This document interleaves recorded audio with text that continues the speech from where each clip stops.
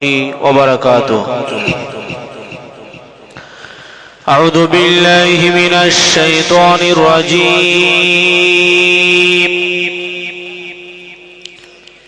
بسم الله الرحمن الرحيم.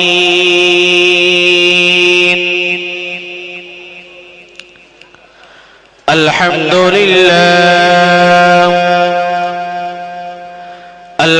لله وكفى وسلام على عباده الذين اصطفى.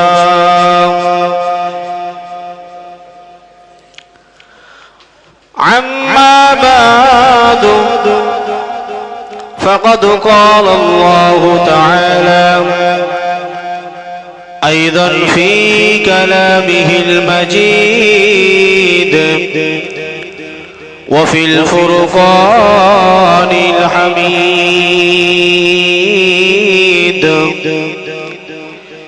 بسم الله الرحمن الرحيم. واعبدوا الله ولا تشركوا به شيئا وبالوالدين إحسانا. وقال النبي صلى الله تعالى عليه وسلم الجنة تحت أقدام الأمهات. إن الله وملائكته يصلون على النبي يا أيها الذين آمنوا صلوا عليه وسلموا تسليما. كان يدل الشريف اللهم صل وسلم بارك على عبدك رسول الكريم رحمة للعالمين شافع المسلمين سيدنا مولانا نبينا محمد وأهل البيت وأولاده وذرياته وأزواجه وأصحابه وأولياء أمته أجمعين. كما صليت وسلمت وباركت ورحمت على سيدنا إبراهيم وعلى آل سيدنا إبراهيم إنك حميد مجيد. উপস্থিত আমার প্রাণ প্রিয় মওজুদা গদ্দিনাশীন হুজুর কেবলা দামাত বারাকাতুহুম এবং আমার সামনে বসে থাকা হাক্কানি ওলামায়ে কেরাম এবং সমস্ত পীর ভাইয়েরা, সর্বপ্রথমে সেই মহান আল্লাহ পাকের দরবারে শুকরিয়া আদায় করি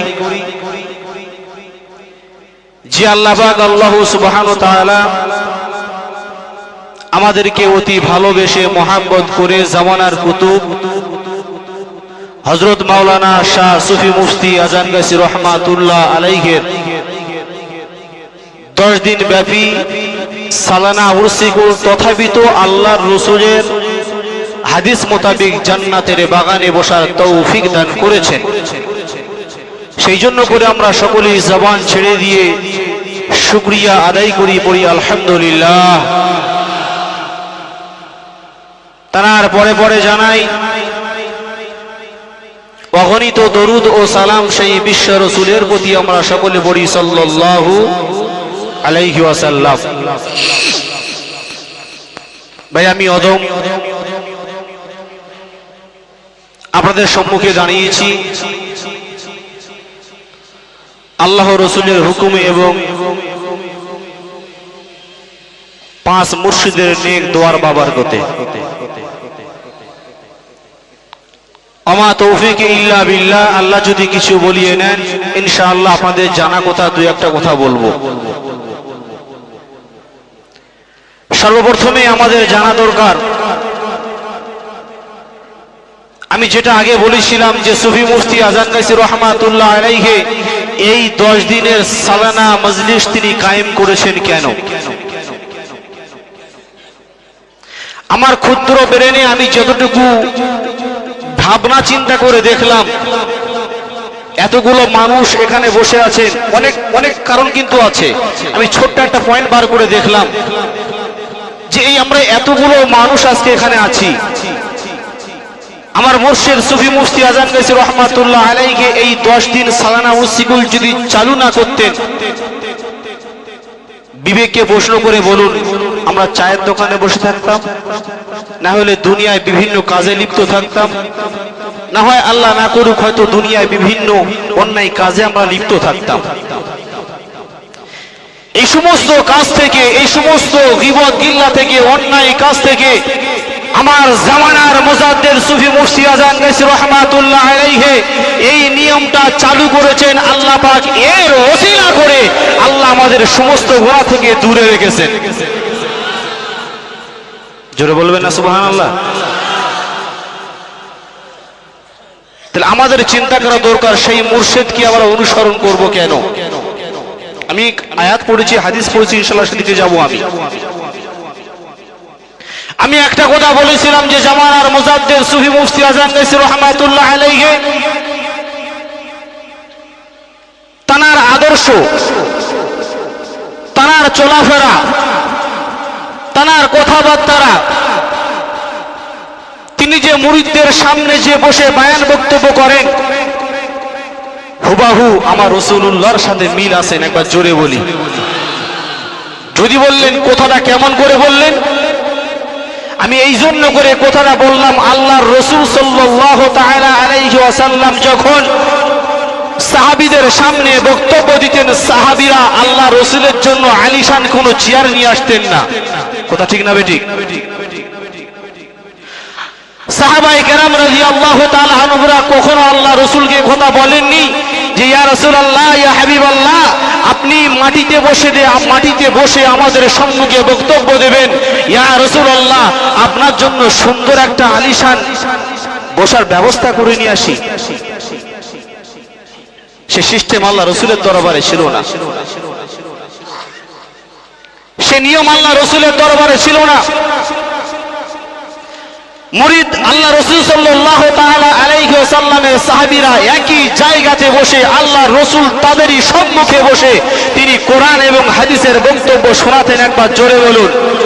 আজ জামানার মুজাদ্দিদ সুফি মুফতি আজান গাজী রহমাতুল্লাহ আলাইহি সেই একই সিস্টেমে, সেই একই নিয়মে, সেই ধারাবাহিকভাবে আজকে মুরিদ মুতাকিনদের সামনে বসে কোনো আলিশান চেয়ার নেই, কোনো বসার ভালো ব্যবস্থা নেই, ছাড়া একটা চাটাইতি বসে সেই মুরিদ মুতাকিনদের সম্মুখে বসে তিনি সেই একই নিয়মে, একই ধারায়, একই ভাষায় তিনি কি করছেন, আমাদের সম্মুখে কোরআন এবং হাদিসের বাণী তুলে দিচ্ছেন। তাহলে আমাদের চিন্তা করা দরকার, আমরা হাক্কানি পথকে অনুসরণ করব কেন? কিসের জন্য করব? এই জন্য করে করবো, আমি যেটা বলেছিলাম যে আমার মুর্শিদ সুফি মুফতি আজান গাজী রহমাতুল্লাহ আলাইহি, সুফি মুফতি মুয়াজ্জিন রহমাতুল্লাহ আলাইহি, সুফি মুফতি সাবুল সিঙ্গাপুরি রহমাতুল্লাহ আলাইহি, হাফিজি রহমাতুল্লাহ আলাইহি, সুফি মুফতি মুর্শিদা রহমাতুল্লাহ আলাইহি, মওজুদা গাদ্দিনাশিন মাস্টার হুজুর কেবলা মাদ্দাজুল আলিয়া, 5 মুর্শিদগণ আমার সেই রাসূলের আদর্শই আদর্শিত হয়ে আছেন। আমি আপনাদের কাছে করজোর করে বলবো, হাত জোর করে বলবো, বিনয়ের সাথে বলবো, আজকে আপনি দেখান যে এই দরবার থেকে আমাদের যে একই নিয়মিত ভাবে যে সমস্ত হুকুমটা জারি করে রেখেছেন, বিনা গাজায় 5 ওয়াক্ত নামাজ, কোরআন তেলাওয়াত, হালাল রুজি, তাকওয়া পরহেজগারি, জোরে বলবেন না সুবহানাল্লাহ? আমি কোনো দরবারকে ছোট করে বলছি না, কোন দরবারকে ছোট করার জন্য বলছি না, একমাত্র এটা জারি রেখেছেন এবং ইনশাআল্লাহ কিয়ামত পর্যন্ত থাকবে হাক্কানি দরবার। জোরে বলুন। সকলকে পায়ে ধরে বলবো, ধরে থাকবেন ইনশাআল্লাহ আল্লাহ কামিয়াবির রাস্তা দেখিয়ে দেবে। জোরে বলি সুবহানাল্লাহ। আসুন আমি আপনাদের সম্মুখে কোরআনুল কারীম থেকে সূরা নিসার 36 নম্বর আয়াত তেলাওয়াত করেছি। আল্লাহ সুবহানাহু ওয়া তাআলা বলছেন ওয়া'বুদুল্লাহ, আল্লাহ বলছে তোমরা আমার ইবাদত করো, ওয়ালা তুশরিকু বিহি শাইআও, আমার সাথে, অর্থাৎ আল্লাহ বলছে আমি আল্লাহ, আমার সাথে কোনো জিনিসের শরীক করো না। ওয়াবিল ওয়ালিদাইনি ইহসানা, এবং তোমরা তোমাদের পিতামাতার সঙ্গে সৎ ব্যবহার করো। হাদিস তেলাওয়াত করেছে কি, আল জান্নাতু তাহতা আকদামিল উম্মাহাত, আল্লাহ রাসূল বলছেন কি, তোমার জান্নাত তোমার মায়ের কদমে। একবার জোরে বলি। আজকে অধিকাংশ ঘরে দেখবেন 100-র মধ্যে 99% সন্তান মা বাবার ভাত দেয় না। কথা ঠিক বলছি না ভুল বলছি? মায়ের কোনো সম্মান দেয় না, মায়ের কোনো মর্যাদা দেয় না, অথচ ওই মা আমার আপনার জন্য কি করেছে। আমার ভাইরা, কোরআন হাদিস মোতাবেক যদি আপনারা জানতেন, আপনাদের ব্রেনটা খুলে যেত। হাদিস পাকের মধ্যে আল্লাহ রাসূল সাল্লাল্লাহু তাআলা আলাইহি ওয়াসাল্লাম বলেন, তোমরা যেমন তোমাদের পিতামাতার সাথে ব্যবহার করবে, তোমার সন্তান তোমার সাথে তেমন ব্যবহার করবে। যদি আমি আমার মায়ের সাথে সম্মানের সাথে কথা বলি, যদি আমার বাপের সাথে সম্মানের সাথে কথা বলি, আল্লাহ রাসূলের হাদিস মোতাবেক আল্লাহ পাকের রাসূল সাল্লাল্লাহু তাআলা আলাইহি ওয়াসাল্লাম বলেন, তোমার সন্তানও তোমার সাথে ঠিক তেমনি ব্যবহার করবে। আবার আমি যদি আমার মায়ের সাথে চোখ রাঙিয়ে কথা বলি, আবার আমি যদি আমার মাকে অপমান অপদস্থ করি, এটাও বলছেন একদিন এমন একটা সময় আসবে তোমার সন্তানও তোমাকে অপমান ও অপদস্থ করবে। আমার ভাইরা, হাদিস পাকের মধ্যে পাওয়া যায় যে পিতামাতার দোয়াও কবুল, বদদোয়াও কবুল। আমি সংক্ষেপে বলছি, পিতামাতার দোয়াও কবুল, বদদোয়াও কবুল। আজকে অধিকাংশ সন্তান আমরা মা বাপের কথা শুনি না, মা বাপের ভাত দিই না। আমরা সুন্দর বিল্ডিং বালাখানায় আছি, অথচ লেখা আছে পিতা মাতার আশীর্বাদ। থাকে কি থাকে না? খবর নিয়ে দেখা যাচ্ছে যে ও আর ওর বিবি আছে সুন্দর একটা মহলে, আর পিতা মাতার ছোট্ট পাশে একটা তিরফুল খাটিয়ে রেখে দিয়েছে, অথচ লিখে রেখেছে পিতা মাতার আশীর্বাদ। কাজের সাথে কথার মিল আছে? লেখার সাথে কথার মিল আছে? নাই। আমার ভাইরা, আমি সেই জন্য করে আপনাদের বলে যাব, পিতামাতাকে সম্মান করবে। কেন? আল্লাহ পাক আল্লাহ তাআলা বলছেন, যে সন্তানের প্রতি তার মা এবং বাবা খুশি, আমি আল্লাহ সেই সন্তানের প্রতি খোদ আমি আল্লাহ খুশি। মা বাপের মনে কষ্ট দিয়ে যতই হজ করতে যান, যতই নামাজ পড়েন, যতই দান খায়রাত করেন, যতই যাই করেন না কেন, আল্লাহ বলছে তোমার প্রতি তোমার পিতামাতা যদি নারাজ হয়, তুমি 100 বার হজ করলেও আমি আল্লাহ তোমার হজ কখনো কবুল করব না। কেন? আগে তুমি তোমার মাকে সম্মান করো, তোমার মাকে মর্যাদা দাও, তোমার মাকে সম্মানের চেয়ারে বসাও। আল্লাহ রাসূল সাল্লাল্লাহু তাআলা আলাইহি ওয়াসাল্লাম শিখিয়ে দিয়ে গেছেন, এবং সেই কথা আমার জামানার মুজাদ্দিদ তিনিও আমাদেরকে শেখাচ্ছেন। একবার জোরে বলি সুবহানাল্লাহ। এক সময় আল্লাহ রাসূল সাল্লাল্লাহু তাআলা আলাইহি ওয়াসাল্লাম সাহাবীদের নিয়ে আলোচনা করছেন। হঠাৎ করে এক বৃদ্ধা মহিলা মাজা কুঁজো করে লাঠি দিয়ে ধরে হাঁটতে হাঁটতে আল্লাহ রাসূল সাল্লাল্লাহু আলাইহি ওয়াসাল্লামের দরবারে আসছেন। আল্লাহ রাসূল সাল্লাল্লাহু আলাইহি ওয়াসাল্লাম তিনি বয়ান বক্তব্য বন্ধ করে দিয়ে সেই বুড়ি মাতার গায়ে নিজের চাদর মোবারকটুকু খুলে দিয়েছেন। জোরে বলুন। কথাবাগতন হয়ে যাওয়া শেষ হয়ে যাওয়ার পরে আল্লাহ রসুলকে জিজ্ঞাসা করা হলো, ইয়া রাসূলুল্লাহ, ইয়া হাবিবাল্লাহ, এমন দৃশ্য তো কখনোই দেখি নাই। আপনি আজকে যে কাজটা করলেন, ওই মহিলার সাথে আপনার কি এমন সম্পর্ক যে আপনি আপনার চাদর মোবারকটা খুলে ওই বুড়ি মারার গায়ে পরিয়ে দিয়েছেন এবং কথোপকথন শেষ করার পরে বিদায় দিয়েছেন? আল্লাহ রসুল চোখের পানি ছেড়ে দিয়ে বললেন, ও আমার সাহাবীরা, ওই মহিলাটা অন্য কোনো মহিলা নয়, ওটা হলো আমার দুধমা হালিমা। একবার জোরে বলি সুবহানাল্লাহ। কি সম্মান করেছেন! আজকে আমরা আমাদের মা বাপকে সম্মান করতে পারি নাই। যদি ঘরের সুন্দরী বউ যদি বলে যে আমার জন্য একটা লাল টকটকি শাড়ি নিয়ে এসো, আর মা যদি বলে, বাবা আমার জন্য বুড়ো বয়স হয়ে গেছে, একটু 10 টাকার পান, একটু খয়ের, একটু মানে কি যা লাগে আর কি কিনে আনিস বাপ, কিন্তু বিবির কথা মনে থাকবে, মায়ের কথা আর মনে থাকে না। বাস্তব কথা বলছি বাপ। সেই জন্য করে অনেক মা বাবা এমনও আছে, রাগের বশত রাগের মাথায় সন্তানকে বদদোয়া দিয়ে দেয়। আমি সেই জন্য বলবো, হুমা জান্নাতুকা হুমা নারুকা, তোমার পিতামাতা তোমার জন্য জান্নাত এবং তোমার পিতামাতা তোমার জন্য জাহান্নাম। সাহাবায়ে কেরামরা প্রশ্ন করলেন, ইয়া রাসূলুল্লাহ, ইয়া হাবিবাল্লাহ, কেমন কথাটা বুঝলাম না। আল্লাহ রাসূল সাল্লাল্লাহু আলাইহি ওয়াসাল্লাম বলেন, ও আমার সাহাবীরা, তোমরা যদি তোমাদের পিতামাতার সেবা যত্ন করো, আদব করো, সম্মান করো, দুনিয়ার জমিনে আমি রাসূলুল্লাহ জানিয়ে দিলাম তোমরা যেন জান্নাত খরিদ করে নিয়েছো। এবং ওই পিতামাতার সাথে যদি খারাপ ব্যবহার করো, আচরণ করো, দুঃখ দাও, কষ্ট দাও, আমি রাসূলুল্লাহ জানিয়ে দিলাম তোমরা যেন জাহান্নাম খরিদ করে নিয়েছো। আমার জ্ঞানীগুণী মুসলমান বাবাজি ও ভাইরা, আমি সেই জন্য করে আপনাদেরকে বলে যাব, পিতামাতার বদদোয়া কখনো নেবেন না। পিতামাতার সামনে দাঁড়িয়ে যখন কথা বলবেন, আল্লাহ রসুলের হাদিস মোতাবেক আল্লাহ রসুল বলেছেন, মাথাটা নিচু করে নম্রতার সাথে, ভদ্রতার সাথে মা বাপের সঙ্গে কথা বলবে। আজকে তো মা যদি একটা কথা বলে, আমরা কি করি, মেজাজ নিয়ে, ও পারবো না, চলে যাও। বহু জায়গায় এরকম আছে বাবা। আমি সেই জন্য করে বলবো, মা বাপের বদদোয়া কখনো নেবেন না। দোয়া নেন, মা বাপের দোয়ায় আল্লাহ বহু দূরে পৌঁছে যায়। আমার মুর্শিদ বারে বারে বলে, পিতা মাতার সম্মান করো। কিসের জন্য বলেন, কি কারণে বলেন? আল্লাহ পাক কি বলেছেন? তারা ইবাদতের পাশাপাশি আল্লাহ বলছেন, আমার সাথে কারো শিরক করো না, এবং ওয়াবিল ওয়ালিদাইনি ইহসানা, এবং তোমরা তোমাদের পিতা মাতার সাথে সৎ ব্যবহার করো। একবার জোরে বলি সুবহানাল্লাহ। কেন আমরা মা বাপের দোয়া নেব? ছোট্ট একটা ঘটনা শুনুন। বনি ইসরাইলের এক বহুত পণ্ডিত মানুষ ছিলেন, যার নাম হলো হযরতে জুরাইজ রাহমাতুল্লাহ আলাইহি। পাহাড়ের উপরে তার একটা চুয়া ছিল, মানে বসবাস করার জন্য ছোট্ট একটা ঘর ছিল। তিনি সেখানে দিন রাত আল্লাহর ইবাদত করতেন, আল্লাহর ইবাদতে মশগুল থাকতেন। সংক্ষেপে বলছি, এক সময় হযরতে জুরাইজ রাহমাতুল্লাহ আলাইহি মায়ের দোয়া কেমন দেখুন, বদদোয়ার কথা বলছি।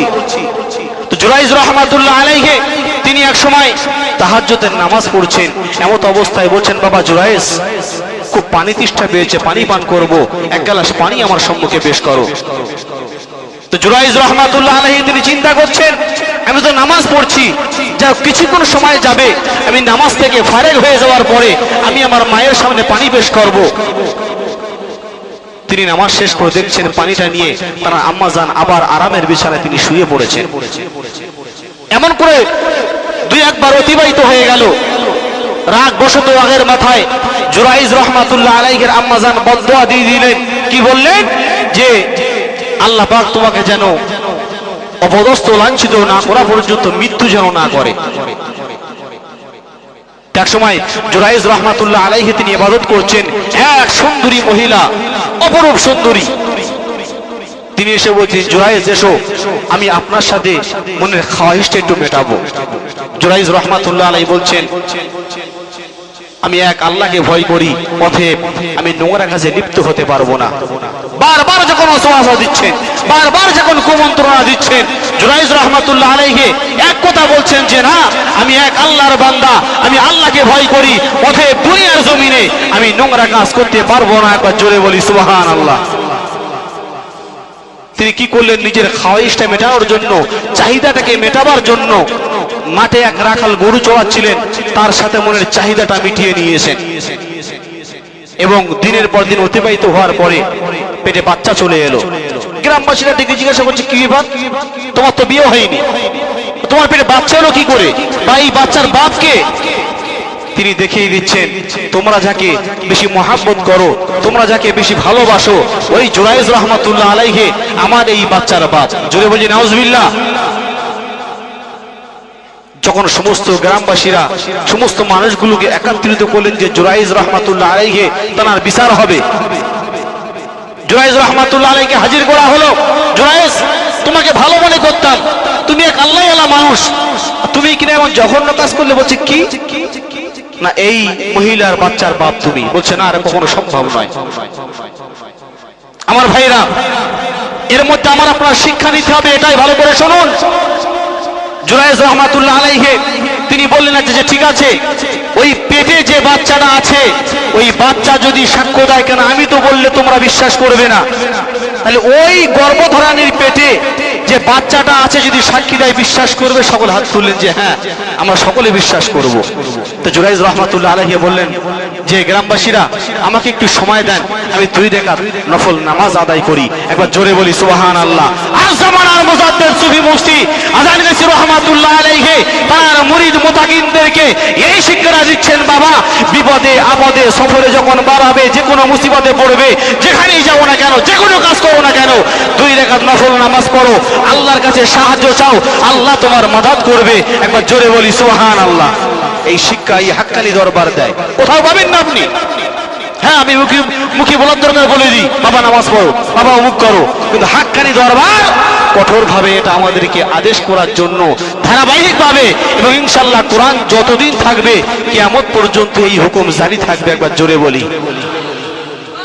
জামানার মুজাদ্দিদ তিনি এই কথাটা কেন বলেন? বাবা বিপদে পড়েছো, 2 রাকাত নামাজ পড়ো। বাবা সফরে যাবে, 2 রাকাত নামাজ পড়ো।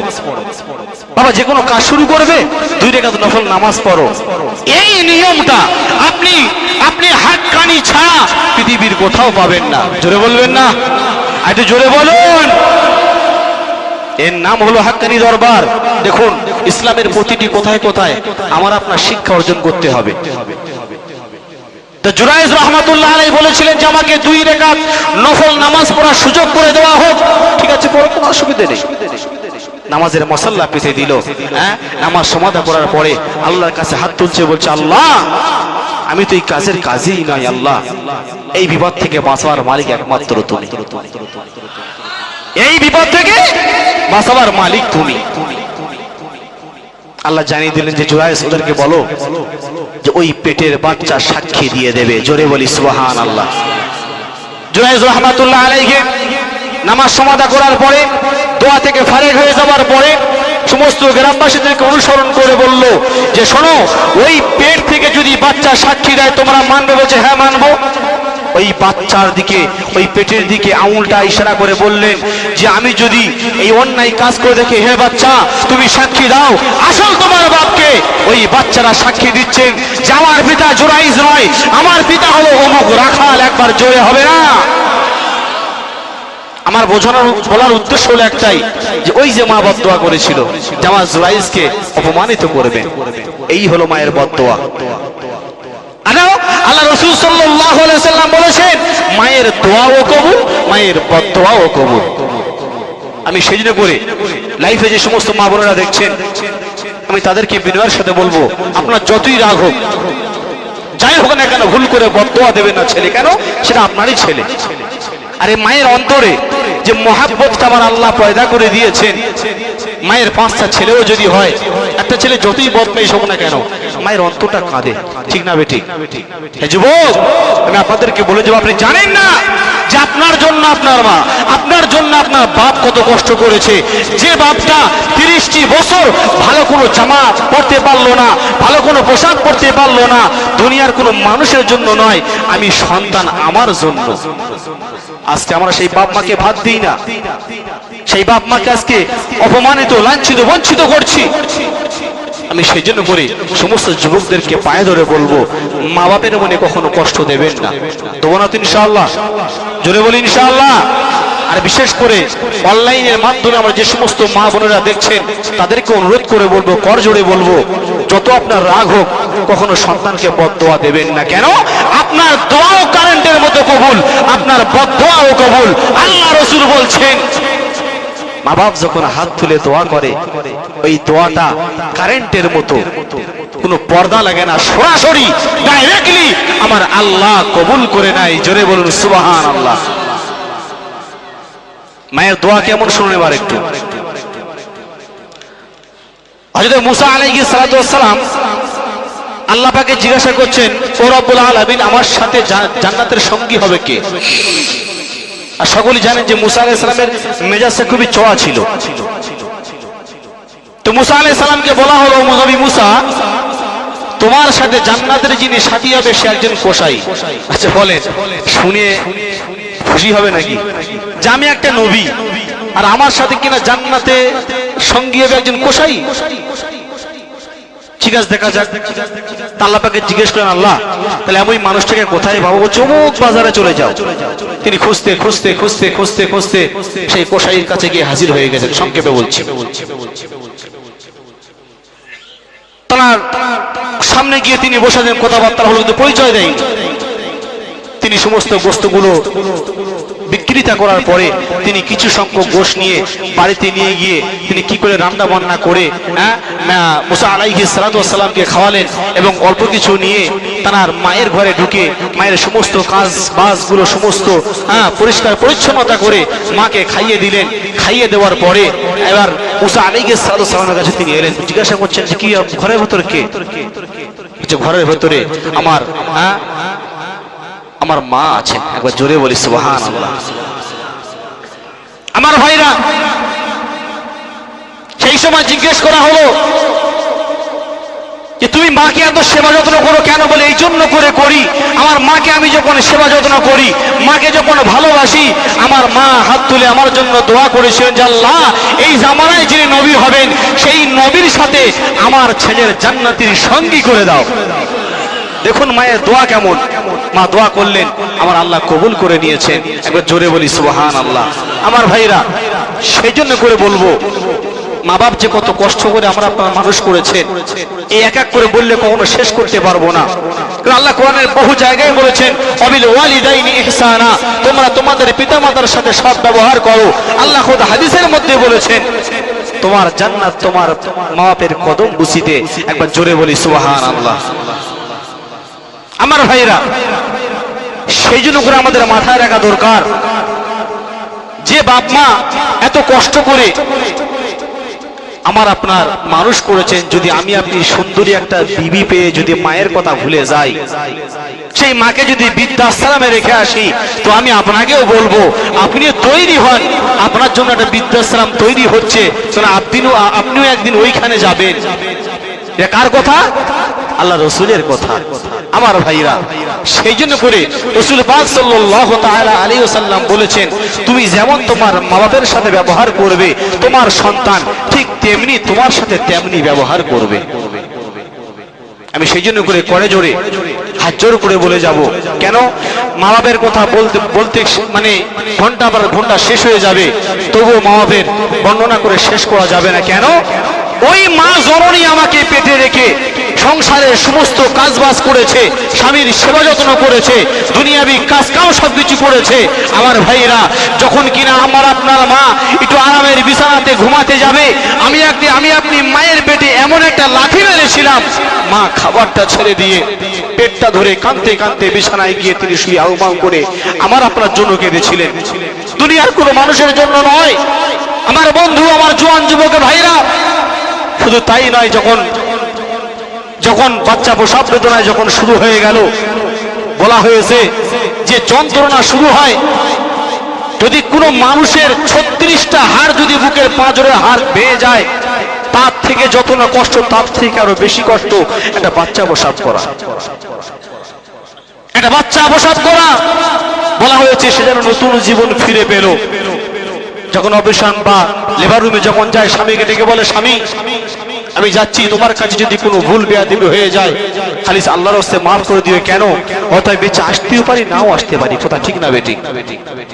হে বন্ধু, এখন তুমি বড় হয়েছো, 2 টাকা ইনকাম করতে শুরু করেছো, মা বাবার মুখের উপরে ডাইরেক্ট অনেক ছেলে বলে দেয় তুমি আমার জন্য কি করেছো? বলে কি বলে না সমাজে, আমার জন্য তুমি কি করেছো? শুনেন আল্লাহ রাসূল সাল্লাল্লাহু তাআলা আলাইহি ওয়াসাল্লাম হাদিস মোতাবেক কি বলছেন? অনেক সন্তান আমরা এমন আছি যে আমার জন্য তুমি কি করেছো? কষ্ট করেছো? টাকার জোরে আমরা বলি যাও তোমার সমস্ত ঋণ শোধ করে দেবো। নাউজুবিল্লাহ বলবেন না? আল্লাহ রাসূল সাল্লাল্লাহু তাআলা আলাইহি ওয়াসাল্লাম বলেন কোন সন্তান যদি তার গায়ের চামড়া কেটে কেটে কেটে যদি মায়ের এক জোড়া পরশ বানিয়ে দেয়, তারপরেও আমি রাসূলুল্লাহ জানিয়ে দিলাম মায়ের 1 ফোঁটা দুধের ঋণ শোধ করা যাবে না। একবার জোরে বলি সুবহানাল্লাহ। কত কিলো, কত মন, কত কুইন্টাল দুধ পান করেছেন, করুন শোধ থেকে কত পারেন আপনি? সেই জন্য করে ভাই হাত জোর করে বলবো মা বাপকে মনে কষ্ট দেবেন না। এ প্রসঙ্গে অনেক হাদিসও আছে, অনেক আয়াতও আছে। কেন? একটা সংসারে আপনি মনে মনে করছেন আমার মা আমার বিবির উপরে সবসময় খ্যাটখ্যাট করছে, সেই পরিবারের উদ্দেশ্য বলবো কিরকম দেখবেন অনেক শাশুড়ি এবং বৌমা ভজে না। ধরেন বৌমা কলে চাল ধুতে গিয়েছে, বুঝতে পারছেন তো, ওই চাল ধুতে ধুতে 2-4টা চাল পড়ে কি পড়ে না?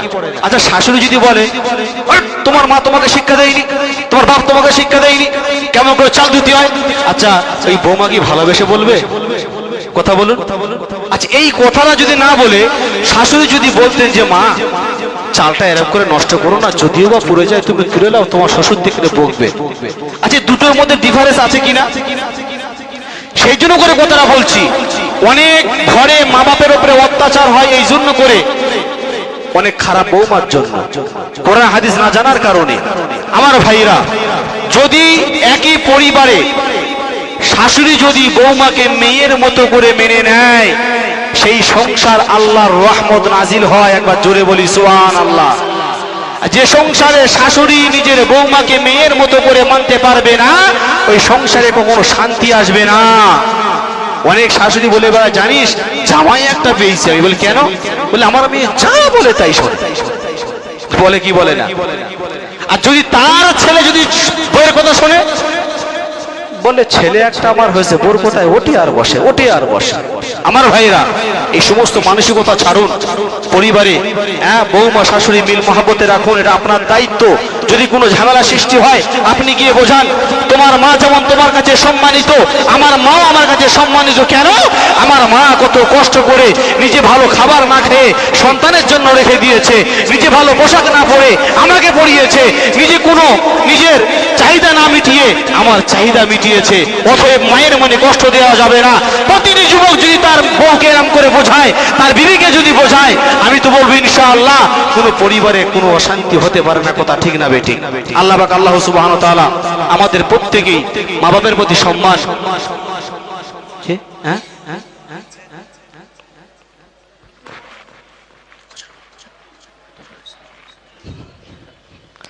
দরুদ পড়ি আল্লাহুম্মা সাল্লি ওয়া সাল্লিম বারিক আলা আবদিকা রাসূলিল কারীম রাহমাতাল লিল আলামিন শাফিউল মুজলামিন। ভাই সকলে চেষ্টা করব বিনা কাজায় 5 ওয়াক্ত নামাজ, কোরআন তেলাওয়াত, হালাল রুজি, তাকওয়া পরহেজগারি এবং আমরা সকলেই যেন মা বাবার সম্মান করে চলতে পারি। আল্লাহ আমাদের সকলকে সেই তৌফিক দান করেন। আল্লাহুম্মা আমিন। জোরে বলি আল্লাহুম্মা আমিন। ওয়া আখিরু দাওয়ানা আলহামদুলিল্লাহি রাব্বিল আলামিন। উচ্চ